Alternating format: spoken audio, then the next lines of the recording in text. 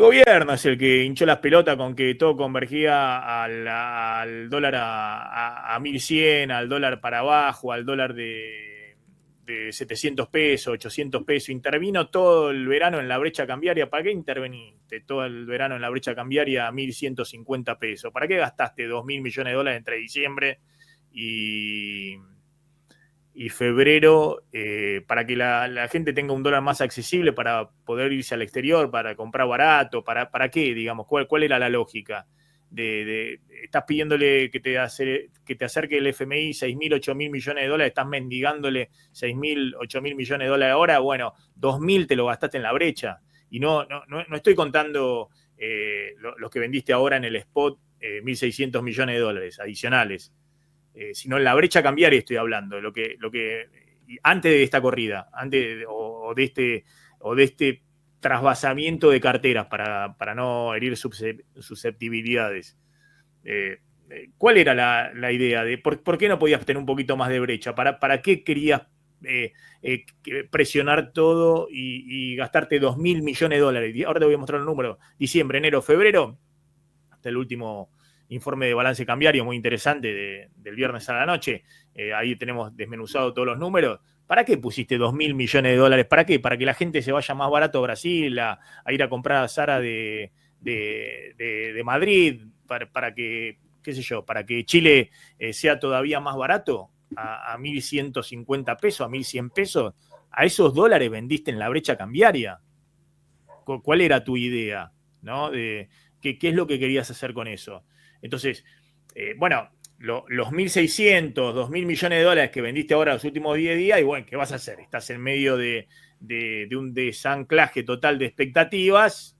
Eso lo entiendo, que estás en medio de la turbulencia, pero lo que no entiendo es que cuando estabas rearmando nuevamente el esquema de compras del Banco Central con el blanqueo, y parte de lo que comprabas por el blanqueo se lo dabas en la brecha, ¿para cuál? Para la idea que voy a retirar los pesos que emití. Supuestamente no se habían recobrado la demanda de dinero. Entonces, me parece que el gobierno se pasó de rosca canchereando, se pasó de rosca con la idea de que el modelo es este y todo lo demás son todos unos idiotas. Las cuentas externas se volvieron muy rojas, el balance cambiario se volvió muy rojo, todas cosas que está viendo el mercado. Empezaron a darse vuelta las expectativas y quedaste finalmente preso simplemente del salvataje del Fondo Monetario, y eso es lo que en la Argentina no gusta, que estés tirándole la chancleta, yendo a buscar los dólares del Fondo Monetario porque te quedaste en el medio del río sin poder saltar de una piedra a la otra, ¿no? Entonces, me parece que es eso un poco lo que está generando tanto ruido, ¿no? Tanto ruido. Y lo que desancló totalmente las expectativas, ¿no? No es que aparecieron, fue una secuencia de eventos, ¿no? 9 meses consecutivos de cuenta corriente negativa. De diciembre, enero, febrero vendiste 2.000 millones de dólares en la brecha cambiaria, cuando no tenías reservas negativas. Estabas vendiendo dólares de los encajes de los depositantes. Te canchereaste poniendo el crawling peg del 2 al 1%. Cuando sabías que tenías ya un tipo de cambio atrasado, hiciste presionar todavía más, llevándolo del 2 al 1%. Y en ese combo, Caputo empieza a poner en duda el crawling peg. Sin ninguna necesidad, le preguntan, ¿el crawling peg va a seguir? Y empieza a decir, bueno, no se preocupen que el nuevo esquema cambiario no va a afectar a los argentinos. Algo insólito. Es decir, te tiraste los disparos a los pies, ¿no? Y eso es lo que detonó, es decir, la secuencia de lo que venía ocurriendo en las cuentas del sector externo, más la gaf de Caputo un par de veces, aparte tuvo 2 entrevistas, tuvo posibilidad de subsanarlo y volvió con que a no ratificar el crawling peg, sino que iba a haber un nuevo esquema cambiario con el FMI. Bueno, es lo que generó los últimos 10 días, ¿no? Y después está todas las idas y vueltas con el Fondo Monetario, pero me parece que se entró en una dinámica que, insisto, tiene gran parte de autogenerado, ¿no? Algunas cosas que tienen que ver con la política económica, lo que decíamos de quisiste comprimir la brecha y llevar el crawling peg del 2-1, todo para forzar un poquito menos de inflación, y no te dio el auto, digamos. Te quedaste sin, si quisiste pisar el acelerador con la desinflación, y te quedaste sin el combustible de los dólares, te los comiste todo. Porque el pago de importaciones voló. Es decir, ahora van a ver los números de balance cambiario, son muy interesantes los números de febrero de balance cambiario, porque muestran efectivamente lo que ocurrió. Quisiste pisar el acelerador en la desinflación junto con la recuperación del nivel de actividad, y bueno, y te quedaste en el medio de la ruta. Qué sé yo, no sé si alguien fue al sur, viste, hay un tramo que agarrás cuando se pasás Bahía Blanca, y después para llegar a Roca tenés no sé cuántos kilómetros sin una estación de servicio y sin nada, ¿viste? Y se quedaron ahí, se quedaron en el medio de la ruta, y están buscando a ver si le puede cargar combustible el Fondo Monetario con los dólares del desembolso inicial. Contó un poquito qué pasó en el mercado cambiario hoy, porque hoy pasaron cosas en el mercado cambiario, ¿no? En algún momento se disparó mal los dólares financieros, ¿no? El dólar MEP, el contado con liquidación a 1.330, ahora están en 1.315, seguramente ahí ha habido intervención oficial. Después se disparó mal también la curva de futuros, con fuertes subas, digamos, en la curva de futuros. Después se ve ahí en el gráfico la caída de la curva de futuro inmediatamente en un momento determinado. También ahí está por primera vez, al parecer, una intervención fuerte del Banco Central. Bueno, ¿qué estuviste viendo en el mercado cambiario? Sí, así es. Como era de esperarse, y ya en la madrugada de ayer, alrededor del mundo todos estaban diciendo, mañana se viene, viste, una hecatombe en los mercados. Yo creo que el gobierno se preparó y pasó lo que todos pensaban que iba a pasar. Arrancó muy feo el mercado cambiario, con suba hasta 1.330 de los dólares financieros, el dólar blue un poco más lento, 1.315. Y obviamente los bonos, las acciones, todo cayendo en línea con el resto del mundo, los futuros subiendo. Y sí, evidentemente algo pasó, porque esos dólares bajaron a este momento, a 2, 3 horas después del inicio de la rueda, a 1.315 más o menos. Pero ya por arriba de 1.300, o sea, la suba se acotó a la mitad. Había subido de 1.300 a 1.330 y ahora quedó en 1.315. Y ahí están tratando de aguantar, pero todavía queda, va a ser una rueda larga, ¿viste? Quedan 4 horitas de rueda. ¿Y acá Mira, qué pasó? ahí lo ves claro, ahí lo ves muy claro, sí, sí. ¿Acá qué pasó? Sí, sí, ahí es eso, es esa, fíjate, para el que no está familiarizado con estos gráficos, las velas verdes es cuando sube, las velas rojas es cuando baja. Probablemente estas velas sean minutos o velas de 5 minutos. Ahí lo dice, ahí le voy a hacer un zoom a la pantalla de la captura a ver las especificaciones del gráfico. Sí. 5 minutos son. Cada vela de esas son 5 minutos. Y de Eh, golpe. Vean cómo hay un hueco más o menos a la mitad, ¿no?, del gráfico, y arranca con una vela roja. Eso muestra que al inicio de la rueda ya el dólar arrancó saltando, o sea, no arrancó en el precio último de la jornada anterior, no continuó, sino que hizo lo que se llama un gap, que es un salto, y arrancó ya cotizando más arriba de entrada, subió hasta, ahí se ve, está muy chiquito, ¿no? Pero bueno, pegó una suba y después, ¿qué pasa? Se vino abajo, y vean abajo las Esta es la barras. posición de abril, esta es la posición de ahora, de abril. Subió casi hasta 1.175. El Claro. dólar oficial, que está a 1.070. A ver, el último, creo que 1.070, 1.075. Es decir, 1.073.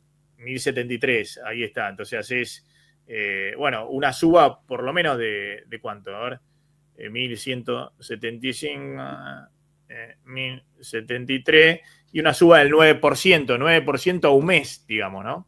Sí, una locura. Sí. Ahí vino. 9% un mes, si vos anualizás, como le gusta, o sea, mire, pero se anualiza la tasa, esa es la tasa, te da una tasa astronómica, ¿no? Sí, sí. Sí. Claro, exactamente, anualizá esa tasa y te da cualquier tasa, cualquier número. Puede Arriba ser de que 100 millones. sea, es probable que sea intervención. También estamos viendo que en los futuros hay mucha volatilidad y que también puede ser que del otro lado haya actores del mercado que aprovechen esa volatilidad para Sí, venderle. si el gobierno deja que la curva de futuro suba a 9% ahora, o ya había disparado también al 6% y demás, pero si se va a una tasa arriba se había disparado en algún momento al 50% anualizado, después en algún momento tocó 70% anualizado. Si el gobierno deja que sea una tasa superior al 100% anual, con una tasa de crawling peg del 12% anual, ponele, o 13% anual, y está totalmente desanclada la expectativa. Y además una tasa de interés del 35% anual, la tasa de interés en pesos, y bueno, todos se van a cubrir en dólares, digamos. Nadie va a hacer tasa en pesos habiendo semejante diferencia, ¿no? El argumento es, el fondo me ayuda a liberar el cepo porque la condición necesaria para bajar y derrumbar el riesgo país es levantar el cepo. Vos no podés derrumbar el riesgo país debajo de los 700, 800 puntos, a 400 puntos, a 300 puntos si vos tenés cepo cambiario. Entonces, el fondo es un instrumento que me ayuda a maniobrar, a levantar el cepo, y una vez que levanté el cepo, gané las elecciones de medio término, mantuve el ajuste fiscal, empieza a visorarse que pueda haber viabilidad en las inversiones de Vaca Muerta, el RIGI y todo eso, se derrumba el riesgo país, yo refinancio los vencimientos de deuda, ¿no? Bueno, ahí yo lo entendería, digamos, esa es un poco la explicación, no es que el fondo te baja el riesgo país. ¿Qué te va a bajar el riesgo país el fondo? Si el fondo es señal de que estás complicado, digamos, que con 8.000 millones de dólares te va a bajar de prestado, te va a bajar el riesgo país el fondo. No, si vos vas a una secuencia en la cual vos podés seguir un esquema en el cual vos levantaste el cepo y generaste una estabilidad sin cepo. Y básicamente empezás a financiarte fuerte por la cuenta de capital. Ese es un poco el esquema. Bueno, lo que estamos viendo es que la pregunta es, bueno, ¿cuál es el nivel de tipo de cambio que te permite ir a ese esquema? Esa es un poco la discusión. Que me imagino que hay con el fondo. Porque el fondo no te va a prestar los 8.000 millones de dólares. Porque en el fondo se creen muchas cosas menos que son la fuerza del cielo. ¿Se entiende? Entonces el fondo no te va a prestar 8.000 millones de dólares, te va a decir, che, con esto y con tu ajuste fiscal derrumbás el riesgo país. Nadie cree eso, ni en el fondo ni en el gobierno creen eso. Entonces me imagino que la discusión es, bueno, ¿cuál es el tipo de cambio que te permite a vos estabilizar el sector externo sin generar un cimbronazo, usando el adjetivo de Caputo, y de esa manera, sin cepo, liberar la cuenta capital y destrabar la fuerza del cielo y la fuerza productiva de la Argentina y las inversiones y todo lo que viene hacia adelante? Ahora, en el medio, yo lo que veo que en la transición, lo hemos dicho, cuando el Banco Central compraba y acumulaba reservas, el riesgo país se desplomaba. Cuando el Banco Central compraba y lo vendía en la brecha, bueno, el riesgo país se mantenía. Cuando el Banco Central vende en el oficial y en la brecha, bueno, el riesgo país se pica para arriba. Digamos, es muy, muy simple. Se disparaba el déficit de compra al exterior. Para mí no sería problema. El problema de que se dispare el déficit de compras al exterior es que vos estés interviniendo en el MEP vendiéndole los dólares. No se entiende. Fíjense los números de cómo llegamos acá. La intervención en la brecha. La intervención en la brecha se disparó en diciembre. Vos venías bien. Venías con intervenciones mínimas en la brecha. Y entre diciembre y febrero vendiste prácticamente 2.000 millones de dólares. De los 2.700 totales. Diciembre, enero, febrero. Y eran momentos donde vos comprabas por una ventanilla, que era la ventanilla que te facilitó el blanqueo, y vendías por la otra. Y encima tenías que hacerle en enero los pagos de deuda, entonces no acumulaba reserva, incluso las reservas caían, lo que venimos contando. Entonces, en la primera etapa, donde vos realizaste compras fuertes, bueno, todo perfecto. En la segunda etapa, donde apareció el blanqueo, y bueno, vos realizaste compras fuertes y las intervenciones en la brecha fueron mínimas. Bueno, perfecto, conseguiste un salvavidas para seguir a flote y para seguir de alguna manera con tu esquema. Ahora, cuando tenías que ir a otra etapa, que era, bueno, a ver cuál va a ser tu régimen cambiario, te pusiste a todos los dólares que seguiste comprando, gracias, fíjense, también hubo compras muy importantes en enero y febrero del Banco Central. Gracias a la baja de retenciones se activó fuerte la liquidación de los agrodólares, ahora te pusiste a vender 2.000 millones de dólares en la brecha, manteniendo además el dólar blend. Y ahora estás, bueno, en la situación de que es difícil bajar el riesgo país cuando estás vendiendo en el oficial y en la brecha, ¿no? Estás en la peor secuencia. Y les quería mostrar esto, y ahora vamos a nuestro primer invitado.